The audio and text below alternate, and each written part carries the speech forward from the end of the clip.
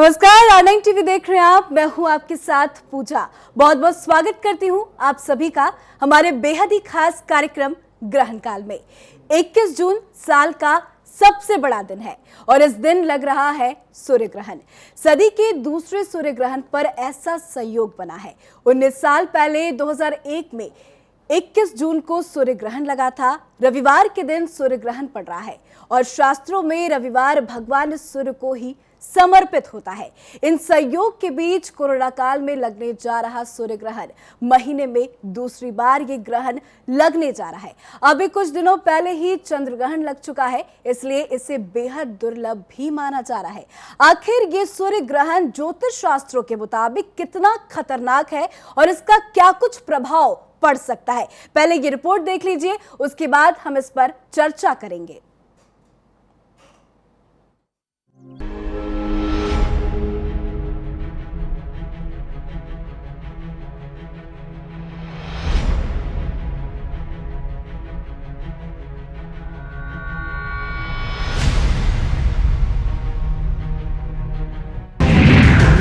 डूबने वाली है दिन की रोशनी।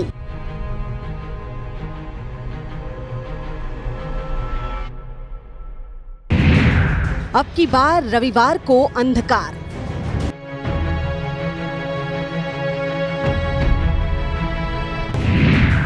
तकलीफों की बढ़ सकती है रफ्तार।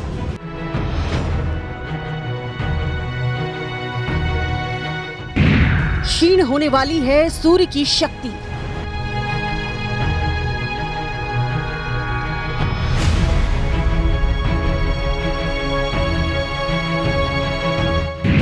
सूर्य पर लगने वाला है पूर्ण ग्रहण।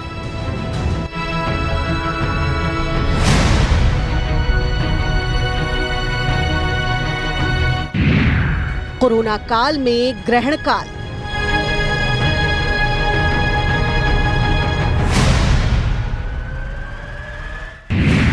किस पर कितना संकट।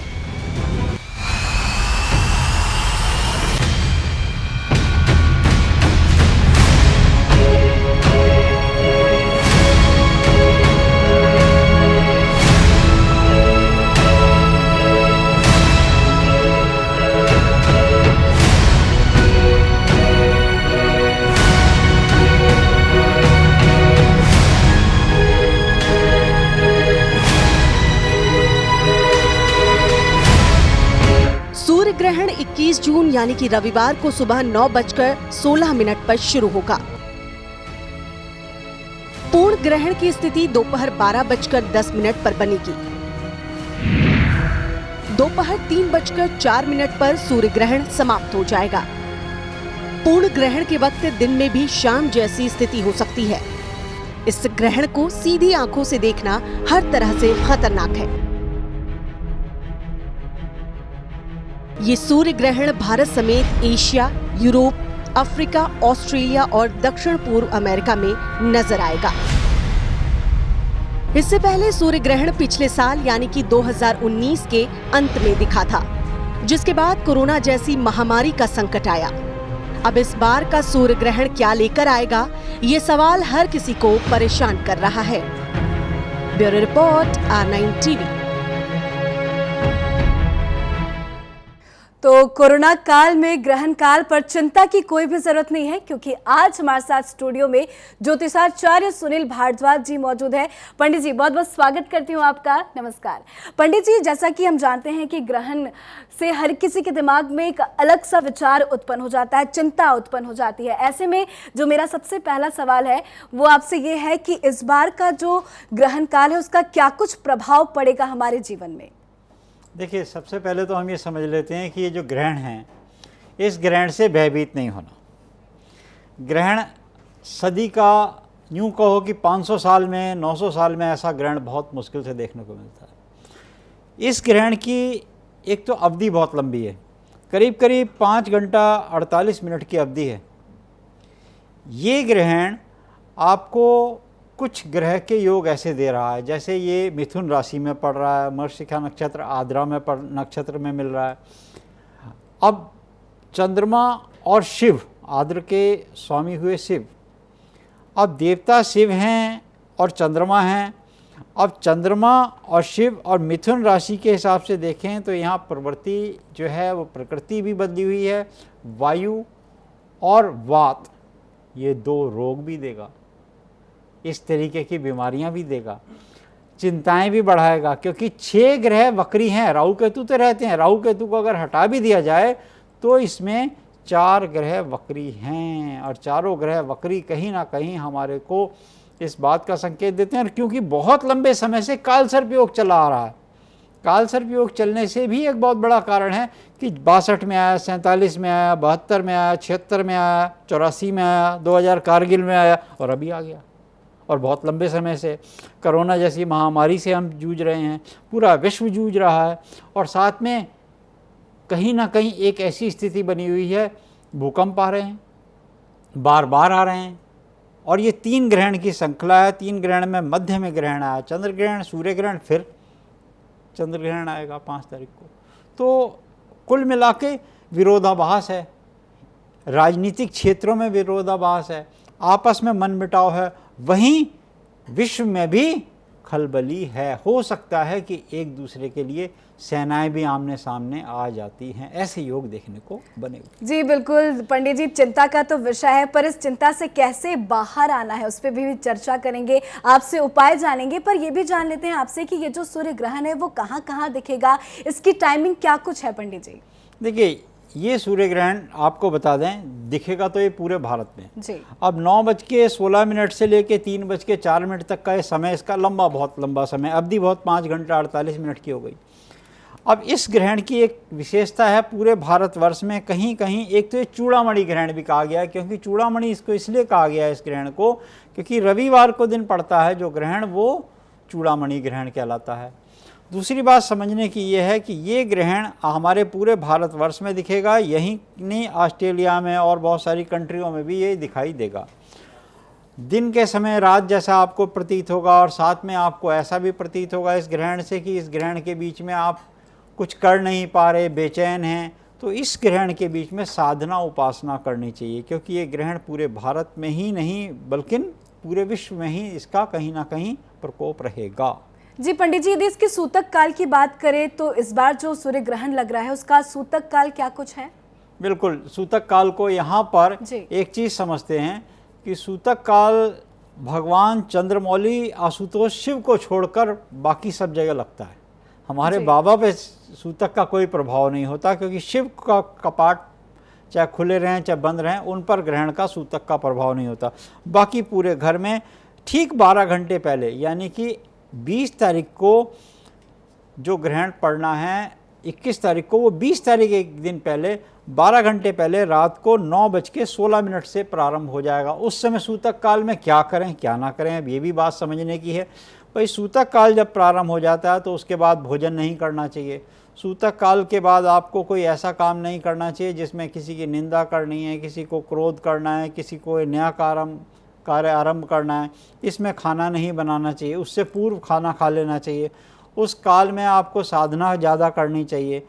यहाँ तक कि सूतक काल में जब सूतक प्रारंभ हो, तुलसी दल आपने घर के अंदर सभी जगह रख दें, आप किस पात्र में रख दें, खाने के सामान में रख दें। तो अगर विशेष परिस्थिति में किसी को भोजन भी खाना हो, जिसमें कहा गया वृद्ध हो, बालक हो, रोगी हो, गर्भवती महिला हो, उनको जो है तुलसी दल डालकर ही सेवन करना चाहिए। और तुलसी दल इसलिए डाला जाता है क्योंकि वो त्रिदोष होती है। जी बिल्कुल, तो क्या कुछ प्रभाव पड़ेगा उस पर चर्चा करेंगे, लेकिन सबसे पहले ये भी जान लेते हैं कि 12 राशियों पर इस सूर्य ग्रहण का क्या कुछ असर पड़ने वाला है। तो पंडित जी, शुरू करते हैं पहली राशि यानी कि मेष राशि के साथ। देखिए, मेष राशि की बात करते हैं तो ये बात बिल्कुल स्पष्ट है कि मेष राशि वालों को अच्छा संकेत नहीं मिलने वाला है। पद सम्मान की प्राप्ति होती नज़र आ रही है, यहाँ पर आपके लाभ के योग बनते नज़र आ रहे हैं। ग्रहण से आपको कुछ फ़ायदा ज़रूर होगा। अच्छा, फ़ायदा होने वाला है तो यहाँ पर आप बजरंग बाण का पाठ करें। ग्रहण के प्रारंभ से ही बजरंग बाण का पाठ करें। प्रयास ये करें कि इसको 101 बार कर लें। 5 घंटे का समय बड़े आराम से आप कर सकते हैं। निश्चय प्रेम प्रतीत से विनय करें सम्मान, तेहि के कार्य सकल शुभ सिद्ध करें हनुमान। बजरंग बाण का पाठ करें और ग्रहण के पश्चात वस्त्र, लाल वस्त्र और गुड़ का दान करें ताकि आपकी राशि हो बलवान। जी पंडित जी, इसी के साथ अगली राशि यानी कि वृषभ राशि के बारे में भी जान लेते हैं कि उनका इस बार का जो सूर्य ग्रहण है क्या कुछ प्रभाव दे सकता है। देखिए, राशि स्वामी शुक्र जो है वक्री हैं, जैसे हमने कहा 4 ग्रह वक्री हैं, तो वक्री होने से व्यापार में थोड़ा सा आपको हानि का लगेगा कि मेरा काम नहीं चल रहा, इस तरह की आपको परेशानी हो सकती है। और धन का थोड़ा सा बड़ा अभाव हो जाएगा, क्योंकि धन उतना आ नहीं पाएगा, धन उपार्जन कर नहीं पाएंगे, तो एक बड़ी समस्या आएगी आपके पास। तो इसमें विष्णु सहस्त्र नामा का पाठ करें आप, वो आपके लिए कल्याणकारी रहेगा। खिचड़ी का दान दें, वस्त्र का दान दें ग्रहण के पश्चात, तो आपकी राशि भी बलवान होगी। जी, तो पंडित जी जो भी आपको उपाय बता रहे हैं ध्यान से सुने। इसी के साथ अगली राशि यानी कि मिथुन राशि के बारे में भी चर्चा कर लेते हैं। देखिए, इस राशि में घटित हो रहा है, अब यहाँ पे घटित हो रहा है तो आपकी चिंताएं बढ़ाएगा भाई, आपको फिक्र कराएगा, आपकी बेचैनी बढ़ाएगा, आपको भय रहेगा, डर रहेगा, कहीं मैं ऐसा करने जा रहा हूँ कहीं उसका नुकसान तो नहीं होगा। आप किंतु और परंतु में अटके रहेंगे, बहुत ज़्यादा आप सोचते रहेंगे, विचारों में आपके मंथन चलता रहेगा, तो उससे बचना भी होगा आपको। उस समय क्या करना चाहिए, ग्रहण की अवस्था में तांबे की गरबी में जल भरें, तुलसी दल उसमें डाल दें, और उसके बाद आप महामृत्युंजय का पाठ करें। मृत्युंजय महादेव त्राहि माम शरणागतम जन्म मृत्यु जरा रोग पीड़ितम कर्मंदने, या ओम हूम जुम स ओम त्र्यंबकम जजामहे सुगंधम पुष्टिवर्धनम उर्वारुक मुक्तमुक्षिम्यान, इस मंत्र का जाप करें। तो ऐसे जाप करने से आपकी राशि क्योंकि बलवान हो, इस राशि में घटित हो रहा है। और साथ में हो सके तो सतनाजा का दान दें, छतरी का दान दें। छतरी में कपड़ा भी आ गया, प्लास्टिक भी आ गया, लोहा भी आ गया। सतनाजा में आपके पूरे शरीर के अंदर जितने त्रिदोष हैं उसमें से कुछ दोष आपके कम होंगे। जी बिल्कुल पंडित जी, तो ग्रहण के दौरान जो मंत्रोच्चारण होता है उसका एक अपना अलग ही प्रभाव पड़ता है जो आप बता रहे हैं। अगली राशि कर्क राशि के बारे में भी जान लेते हैं। देखिए, कर्क राशि चंद्रमा की राशि है। अब यहाँ पर चंद्रमा बीच में है, तो कहीं ना कहीं इनको भी चिंता हो सकती है, इनको भय रहेगा, इनको भी ऐसा लगेगा कि मुझे कुछ लग तो नहीं जाएगा, चोट क्या, वाहन चलाते समय सावधानी बरतें, चोट की थोड़ी उम्मीद है कि इनको लग सकती है। मगर ग्रहण काल में उपासना करने से 15 दिन बाद तक भी आपको वो भय नहीं रहता, बल्कि वो कुछ घटना भी नहीं होती, बुरी कोई अपयश नहीं हो सकता आपके साथ। इसलिए हम बार बार ये बताते हैं कि ग्रहण काल में आप किस तरीके से पूजा पाठ करें। तो कर्क राशि वाले विशेष रूप से शिव स्तोत्र का पाठ करें, नमामि शमीशान निर्वाण रूपम, इस तरह से बैठ के करें पाठ, बड़ा अच्छा लगेगा। आपके पास अगर माला नहीं इस्तेमाल करते, क्योंकि ग्रहण काल में कहते हैं माला भी इस्तेमाल, तो इन पौरवों के हिसाब से आप कर सकते हैं। इनके पौरवों के हिसाब से, ये पौरव बने होते हैं, इनमें आपके पूरी माला हो जाएगी, तो माला के हिसाब से कीजिए। और साथ में आप दूध, दही, चीनी इनका दान दीजिए, चावल का दान दीजिए। जो खीर का जैसे बनाने वाली सामग्री, इसका कच्चा दान ग्रहण के पश्चात पुजारी जी को या ब्राह्मणी को दान दें। जी बिल्कुल पंडित जी, यही ऐसे छोटे छोटे उपाय हैं जो जीवन की समस्त बाधाओं को, समस्त संकट को दूर कर देते हैं। अगली राशि सिंह राशि के बारे में भी जान लेते हैं आपसे। भाई, सिंह राशि वालों के लिए अच्छी खबर है, थोड़ी जीवन साथी के साथ सुख में जीवन हो सकता है। आपकी जो मिसअंडरस्टैंडिंग बहुत दिनों से चल रही है, ग्रहण आपके लिए कुछ शुभ समाचार लेके आ सकता है, आपकी पैचअप हो सकता है, कहीं कोई बिछड़ाव चल रहा है तो मिलनसारता फिर बन सकती है। तो सिंह राशि वालों के लिए उन्नति का बहुत अच्छा योग है। उसके लिए आपको उन्नति और ज़्यादा मिले तो क्या करना होगा, हृदयादित्य स्तोत्र का पाठ करें। तांबे के पात्र में बर्तन कोई तांबे का ले लें, उसके अंदर गुड़ भर के पुजारी जी को ग्रहण के पश्चात दान देने से आपकी राशि और बलवान हो जाएगी और आपके काम भी बनने लगेंगे। जी, पर यदि कन्या राशि की बात करें पंडित जी, तो कन्या राशि का क्या कुछ इस बार का जो ग्रहण है प्रभाव डालने वाला है उनके जीवन पर?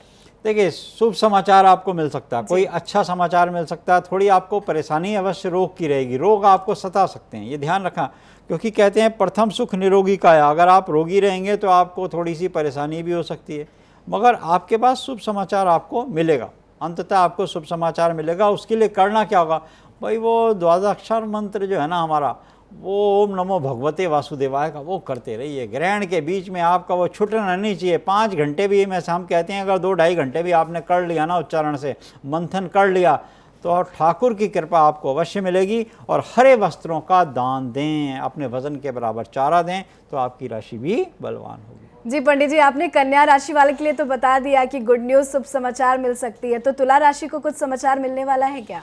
देखिए, तुला राशि वालों के लिए एक स्थिति यहाँ पर बनी हुई है, क्योंकि राशि स्वामी वक्री हैं, तो एक स्थिति आपके साथ ये बनी हुई है, वाद विवाद हो सकता है, किसी से बहुत ज़्यादा दूसरे के पचड़े में ना पड़े, दूसरों की बातों में बहुत ज़्यादा ना आए, कहीं ऐसा नहीं किसी की चुगली में ना करें, किसी की निंदा ना करें, अपने आप को बचा के रखें। चिंता थोड़ी संतान के प्रति भी आपको सता सकती है, तो ये आपके पास थोड़ा सा कष्ट है। तो ऐसे में क्या करना चाहिए?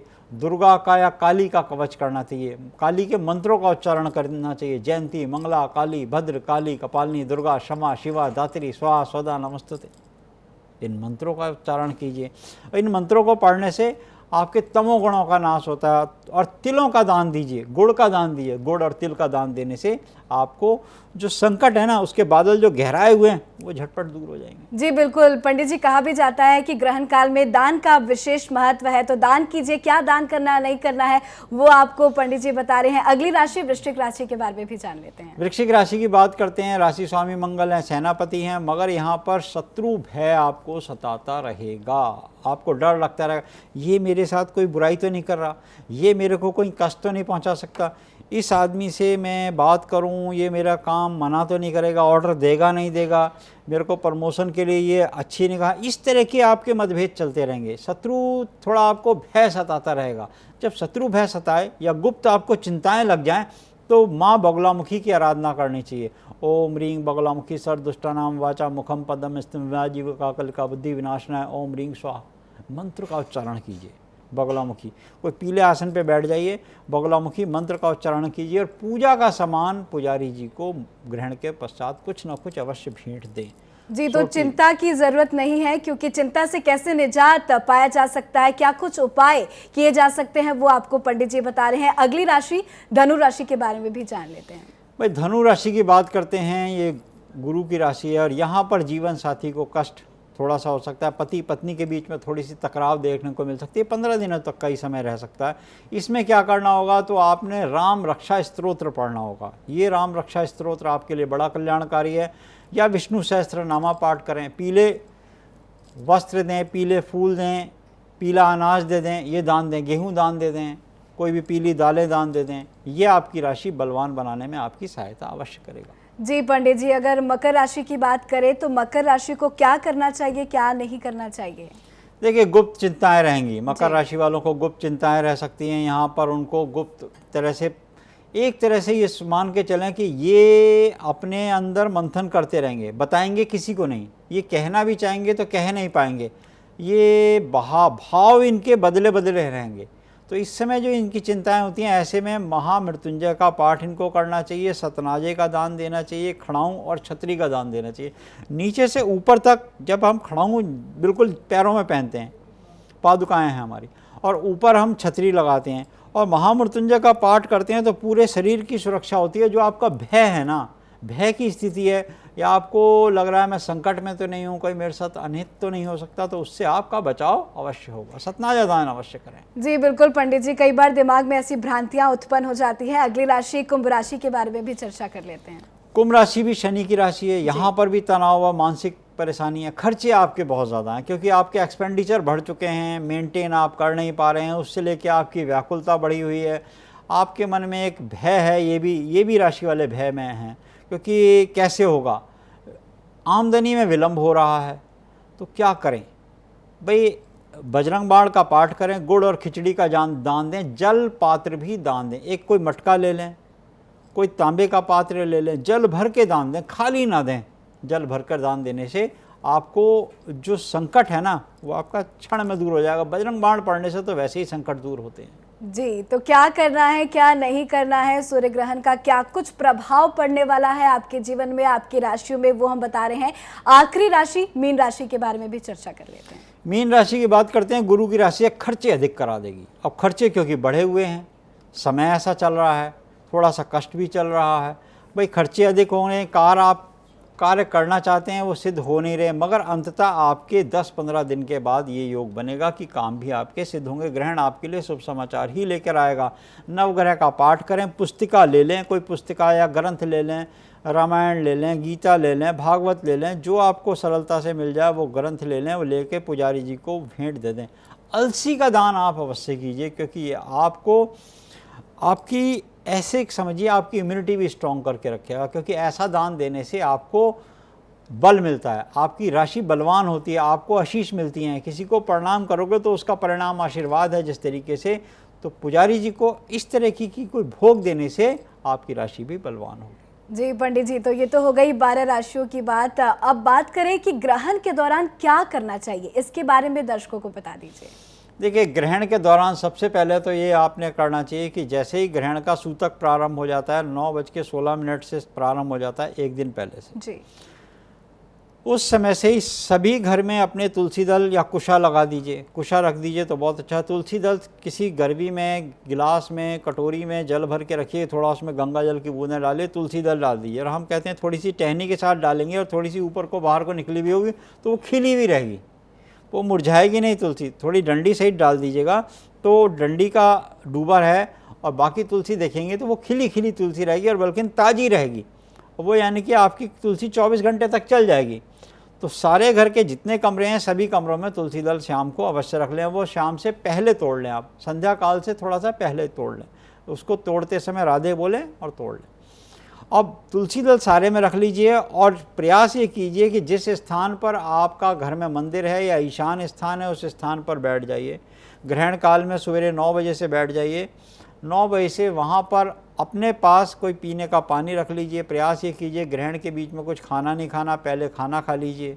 ग्रहण से पहले जो आपने खाना है वो भोजन कर लीजिए। संध्या काल से आपने जो भोजन करा है वो भोजन पहले ही कर लीजिए और उसके बाद प्रयास कीजिए हल्का कोई दूध फलहार लें तो वो ले लें, क्योंकि उसके बाद पश्चात भोजन ना करें तो अच्छा है।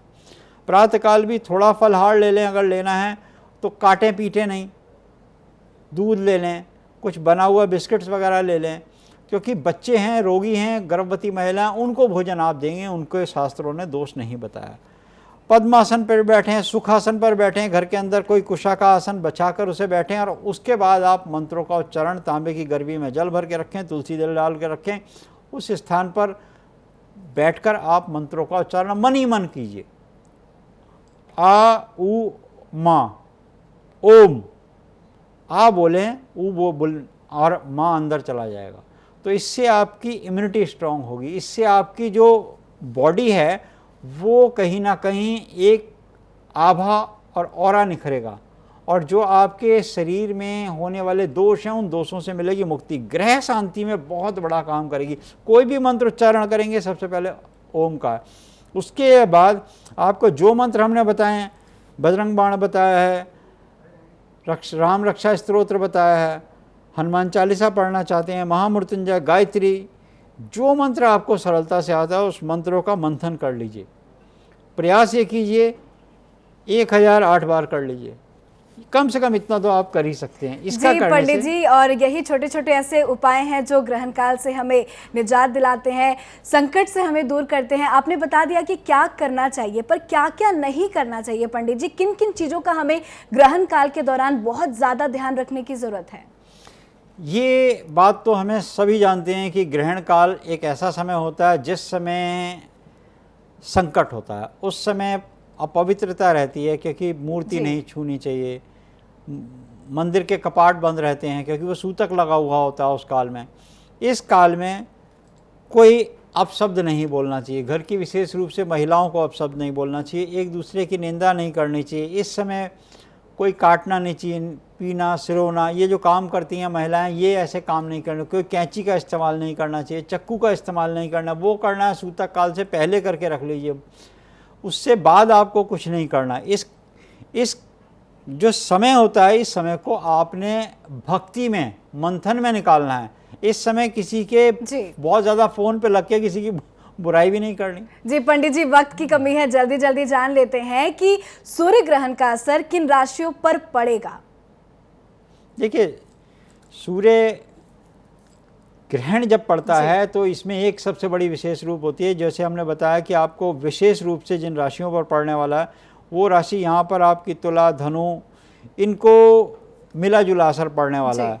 और बाकी अगर हम बात करते हैं, बाकी राशि भी मेष, सिंह, कन्या, मकर, मीन, इन राशि वालों को थोड़ा सा संभल के चलना होगा, और मिथुन और धनु राशि वालों को विशेष रूप से सावधानी की आवश्यकता है। जी, कार्यक्रम समाप्ति की ओर है, पर जाते जाते ये भी जान लेते हैं आपसे कि सूर्य ग्रहण समाप्ति के बाद क्या करना चाहिए पंडित जी?